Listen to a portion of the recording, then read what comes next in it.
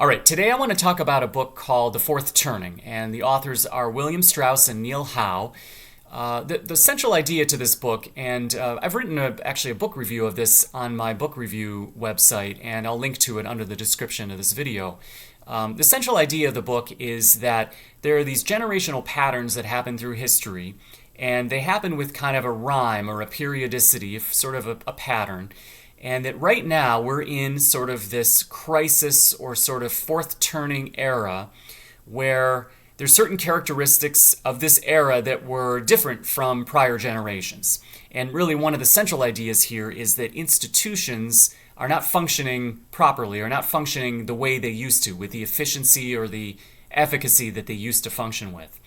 And so this book touches on many domains: politics, personal safety, but I want to keep kind of the commentary specifically to our investing. And so obviously this brings me to looking at institutions in and around the domain of investing. So if you think about it, well, there's regulatory bodies. So there's the SEC or the various prosecutorial organizations that are supposed to nail the bad guys that do bad things, right? And it's actually true. We're not seeing kind of the competence in this institution that we have seen in prior generations. I think we can draw actually a really good example starting this off with the 2008 financial crisis, also the Bernie Madoff scam. It's widely known the SEC had been tipped off many times with a lot of compelling evidence that what Bernie Madoff was doing was not cool, not clean. Unfortunately, the SEC did not act until much later, and his scam, his scheme that he had done, grew to a much larger size, and of course it hurt many more people. So had the SEC acted more propitiously, more effectively, more quickly, far fewer people would have been hurt, much more capital would have been protected from being lost, right? I think you can make the same argument about what's happening right now with FTX and Sam Bankman-Fried. The idea that this guy is walking the beaches in the Bahamas and is not already in jail is quite astounding to me, but this is also maybe what is characteristic of this era where institutions, and in this case enforcement institutions, aren't really doing their job the way they really should be. So what does this all mean for us and for our investing? Well, I think one of the basic things to think about is nobody is coming to save you, right? So you can't necessarily trust that what a company says is true. You can't necessarily trust that the media rendering of an event is accurate. The media, we've talked about the media in other videos in this channel. The media has its own sort of institutional incentives and its own corruption, its own kind of lack of efficacy. Well, it's not the media of generations before, obviously. So think about these things when it comes to the information that comes to you.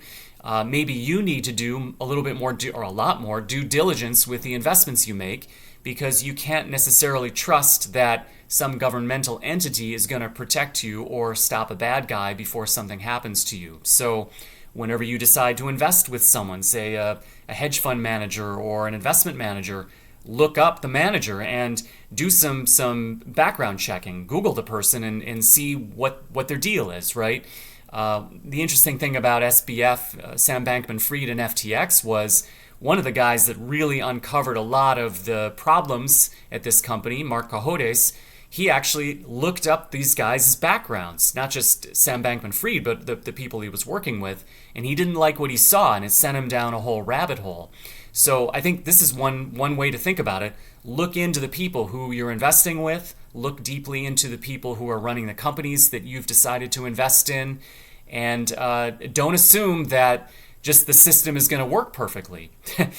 You have to do your own due diligence and do a lot more of the legwork to protect you and your family's capital. And then I guess a final point I want to mention is kind of the nature of the corruption in the ultimate institution, which is the money, right? That's sort of, if you think about it, the money is a system, and it's sort of a substrate on top of which everything sits, right? And we can't really afford to have the same trust in our money that we had maybe a generation or a few generations ago, maybe. And if you extrapolate this out to other countries, I think there's a plausible argument that there will be a number of currency collapses coming. We've already seen a few in the past few years. If you think about Venezuela or Lebanon, for example, different countries, maybe this is a type of trust that we shouldn't be holding, a little bit less trust that we should be holding in our money, for example, and to think about ways to protect the purchasing power of our money.